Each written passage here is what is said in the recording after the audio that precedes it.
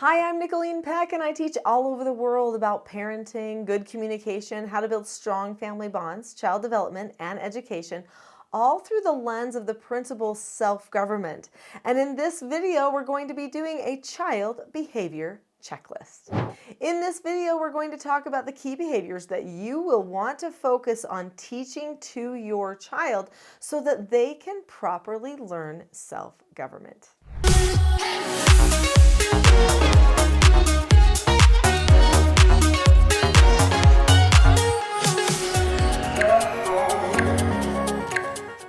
So what is self-government? We better start there. Self-government is being able to determine the cause and effect of any given situation and possessing a knowledge of your own behaviors so that you can control them.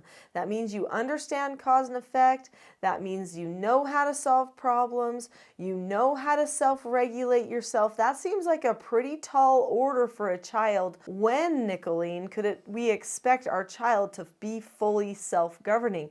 Well, the answer may actually surprise you. There are some toddlers that are really great at self-government. Then they go through another phase and it gets a little bit worse for a minute. And then the parents have to teach them more skills of self-government and then they get better at it. Usually it's kind of a roller coaster ride until we get to finally that time when they're launching into adulthood that they should really be really good at self-governing. Most children are mostly there for self-government by the time they hit about age 14, I would say. They can learn most of the nuts and bolts in just a few days, sometimes even in just one day. However, to really ingrain the skills and principles of self-government into your behavior and be choosing that behavior subconsciously, meaning you have decided to program yourself as a self-governed person, can actually take a lot of practice. You'll see this as you start practicing self-government as a parent.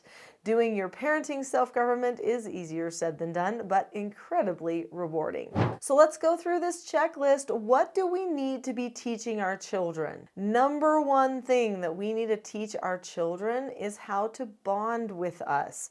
This is super important. This is a behavior that we can teach through teaching them to do one thing whenever we are communicating with our children, and that is to look at the person, so have eye contact.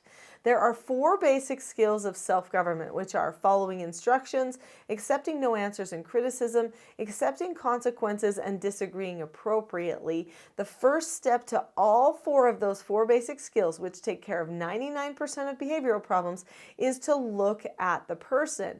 So you do need to teach your child to look at the person. If your child has a neurodiversity that makes eye contact difficult, still keep teaching in that same direction. And there are some other things I talk about in my course for what to do with that type of neurodiversity.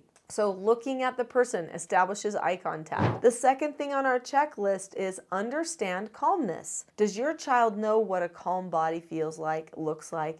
What about a calm voice or a calm face? They need to understand calm face, voice, and body. For all of our 4 basic skills, the second step to all of those 4 basic skills is to have a calm face, voice, and body.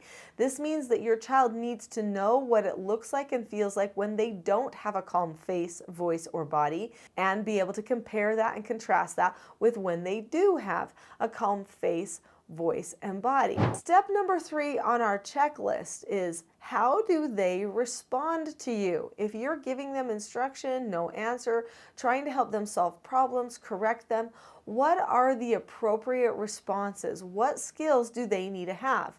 Does your child talk back to you a lot? If they do talk back to you a lot, then what that generally means is that they have probably been allowed to do that, and it's become a habit. You're talking back to them when they're talking back to you. There are skills to help them with that. In our family, we taught the children to either say okay or ask to disagree appropriately. This is one of those 4 basic skills, and it is the gateway skill to self-government. There are 7 steps to that skill. I'm not going to go into all of them now, but it helps them be able to be understood, understand other people, stay calm, and solve their problem with you. It is a really empowering skill. So do they know to say okay, and that if they say okay to you, then that means that they are choosing to actually be okay? that they are recognizing it is their choice. I am okay. I'm okay with you being my parent. It sets the roles straight and everything. Those are the first 3 of 5 of the steps to following an instruction. When a person can do all 5 steps of following instructions, they can be better at self-government. Following instructions is the basic of all of the basic skills. If a child won't follow instructions from their parents, that throws the roles off. And the parent has to do some intervention, has to help them get back to a place where they will and can follow instructions from parents. If the child will not follow instructions from parents or anyone else, they probably also won't follow instructions from themselves. So if you want your child to be fully self-governing, that means that you would be pointing them toward being able to follow their own instructions as well. Now, of course, when they're younger and when they're older, this can look different. And we could spend a lot of time talking about how to help them transition from just following your instructions to following their own instructions as well. But that is the goal. There are 2 other steps in following instructions that I think we should add to our checklist. Actually do the task. Get it done immediately. Take action. Does your child know how to take action? That is a behavior they have to choose. And it takes a lot of practice. If they don't choose to take action or to do any of the other steps in the following instructions skill, then a parent needs to be prepared to do a correction. Now, what do they do after they follow that instruction and actually do that task immediately? Well, the last step is they check back with you. They come and communicate with you that it was done so that you can praise them, so that they can see they got the job done. They are able to see they are able to follow through with instructions. This will be beneficial for them in the future when they need to give themselves instructions and be able to follow through then as well. There are so many things that we could add to the checklist, but those 5 steps of the skill following instructions are the basic. We actually base all of the other skills for teaching self-government on following instruction skill. So you can see how understanding calmness is going to lead to other skills about self-regulation, and good communication is going to come out of disagreeing appropriately. Being able to understand others, not monopolize conversations, again, disagreeing appropriately. And what about observing boundaries and those types of things? Well, that all happens with accepting no answers and accepting criticism.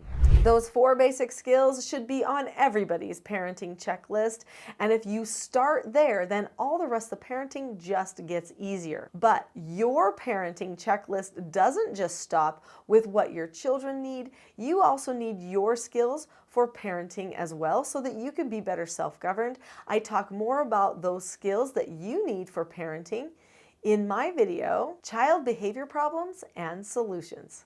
I'll see you there.